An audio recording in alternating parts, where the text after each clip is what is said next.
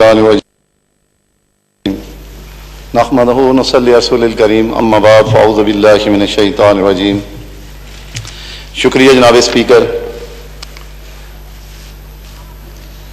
جناب اسپیکر، سب سے پہلے تو یہ میں گزارش کروں گا کہ بجٹ کیونکہ ہر سال آتا ہے، وہ حکومت کسی بھی سیاسی جماعت کی ہو، یہاں بدقسمتی یہ ہے کہ آپ بجٹ اور گورنمنٹ کی سنجیدگی ان سیٹوں پہ دیکھ سکتے ہیں۔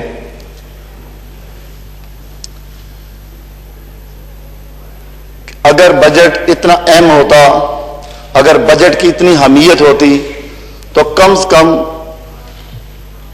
کوئی تجویز سننے والے سینئر لوگوں میں سے ایک بھی یہاں پر موجود ہوتا، لیکن ہماری یہ بدقسمتی ہے۔ عوامی گورنمنٹ اور لائی گئی گورنمنٹوں میں یہی فرق ہوتا ہے۔ آج تک میں یہ نہیں سمجھ پایا، ایک سیاست کا ادنا سا طالب علم ہونے کے ناطے،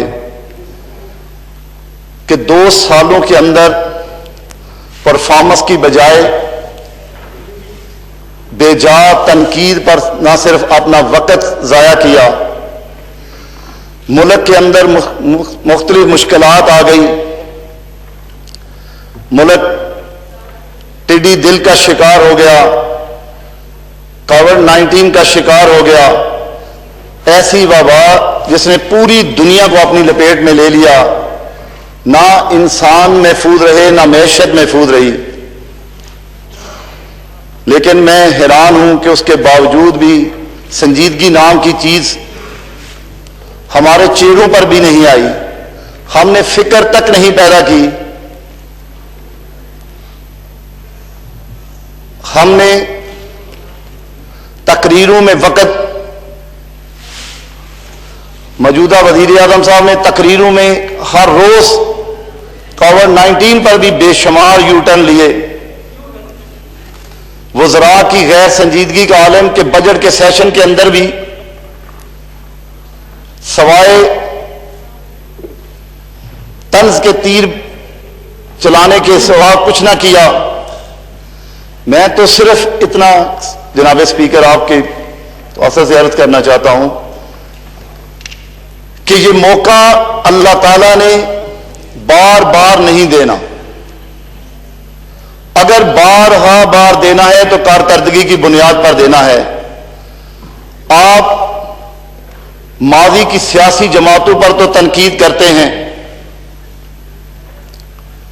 کبھی 2 سالوں میں اپنی کارکردگی کا بھی جائزہ لیا؟ ہمارے دور کی بنی موٹر ویز پر تو تختیاں لگا لی، ایکسپریس پر تختیاں لگا لی، کبھی 2 سالوں میں آپ نے اپنی کارکردگی کا بھی احاطہ کیا کہ آپ نے 2 سالوں کے اندر کسی ہائی وے کی، کسی موٹر وے کی، کسی ایکسپریس وے کی بنیاد رکھی؟ مجھے اتنا پتا ہے کہ پشاور میں بننے والا منصوبہ آج بھی کھنڈرات کی شکل پیش کر رہا ہے۔ آج بھی آپ اپنی کارکردگی کا جائزہ لینے کی بجائے آپ ماضی کی حکومتوں پر بھی تنقید، صرف ان حکومتوں پر یہ بھی واضح کر دوں جناب والا، مجھے خوشی ہوتی کہ اگر تبدیلی سرکار کا دعویٰ کرنے والے وہ پرائم منسٹر جو بلند و بالا اپنی ذات کے دعوے کرتے ہیں، وہ پیپل پارٹی اور مسلم لیگ پر تو تنقید کے نشتر چلاتے ہیں، تو جب ڈکٹیٹروں کا نام آتا ہے تو تب کیوں بھول جاتے ہیں؟ تاریخ اٹھا کر دیکھیں کہ یہاں پر اس اسمبلی اس ایوان پر عوامی حکومتوں نے کتنی دیر حکومت کی اور آمروں نے کتنی دیر حکومت کی۔ آپ ان کا دور مائنس کرتے ہیں، اس ملک کی ساری تباہی اور بربادی سیاسی حکومتوں کے ذمہ ڈالتے ہیں۔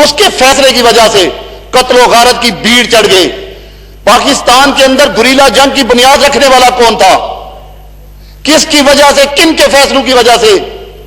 قبائل سے لے کر لاہور اور پشاور تک ہوں میں جب پاکستان کو نہلایا گیا تو اس کے ذمہ دار کون تھے؟ جناب اسپیکر، اس ایوان میں بیٹھے تبدیلی سرکار کو یہ کہیں کہ یہ بھی جرأت کرے صرف پاکستان میں 2 کمیشن بنا دیں. کمیشن پارلیمنٹیرین کے اوپر بنائیں، پی ٹی آئی سے بھی لیں، کاف لیگ سے بھی، مسلم لیگ سے بھی، پیپل پارٹی سے بھی لوگ لیں، اور یہ فیصلہ کریں کہ ہر دور میں کتنا کتنا قرضہ لیا گیا. آپ کی حکومت آئی تو اس نے کتنا قرضہ لیا، ہماری حکومت آئی، پچھلی حکومتیں آئی، اور ان دوروں کے اندر ملک کے اندر میگا پروجیکٹ کتنے لگے، اس ملک کے اندر کتنی تعمیر و ترقی ہوئی. جناب اسپیکر، دوسرا کمیشن یہ بنا دے، اور میں یہ سمجھتا ہوں کہ ان قرضوں پہ جو کمیشن بنائیں وہ فیصلہ کر دے. اسی کمیشن کے فیصلے کے اوپر وہ لوگ جنہوں نے ان قرضوں کا بے جا استعمال کیا، ان قرضوں پر اپنے ذاتی مقصد کے لیے استعمال کیا، تو یہ ہاؤس، یہ کمیٹی فیصلہ کر دے کہ یہ قومی مجرم ہے، انہیں پوری زندگی پاکستان کی سیاست سے بھی آؤٹ کیا جائے اور انہیں جیل کی سلاخوں کو بھی بھیجا جائے. جناب اسپیکر، دوسرا کمیشن یہ بنا دے وائنڈ اپ کریں سر کہ پاکستان کے اندر کن کے غلط فیصلوں کی وجہ سے ملک کے اندر جو جنگوں کا آغاز ہوا، جو مسلمان شہید ہوئے، وہ چاہے سیولین تھے چاہے ہمارے سرکاری سولجر تھے. جناب اسپیکر، وہ کمیشن یہ بھی فیصلہ کر دے کہ کیا وہ منتخب پارلیمنٹ نے فیصلے کیے یا ڈکٹیٹر اور آمرو نے فیصلے کیے. جناب اسپیکر، اس ایوان کا ایک تقدس ہے. پاکستان کے 20 کروڑ لوگ اس ایوان کی طرف دیکھتے ہیں. جناب اسپیکر، اگر سنجیدہ نہ لیا گیا اس کووڈ-19 کی تباہی کے دوران بھی جو غیر سنجیدگی کا مظاہرہ ہے، آج تک تو آپ ملک میں 100 دفعہ 44 نافذ نہیں کر سکے. آپ یہ نہیں فیصلہ کر سکے کہ پورے ملک کے اندر ماسک پانا قانوناً لازماً ہے. اگر کوئی خلاف ورزی کرے گا تو اس کے لیے 24 آور 48 آور وہ جیل میں جائے گا. آپ ایک ادنا سا مجھے بتا دیں اس کووڈ-19 پر کوئی ایک لا بنا سکے. جناب اسپیکر، یہ مذاق بند ہونا چاہیے. یہ غیر سنجیدگی میں آپ نے لاکھوں جانوں کو داؤ پہ لگا دیا، معیشت آلریڈی داؤ پہ لگا گئی، ٹڈی دل کی آفت سے آپ کی زراعت تباہ و برباد ہو گئی. خدا را کہیں ان جھوٹوں کی وجہ سے اللہ کی ناراضگی اتنی نہ بڑھ جائے کہ یہ ملک قید و سالی کا شکار ہو جائے. شکریہ جی، بہت شکریہ. Thank you.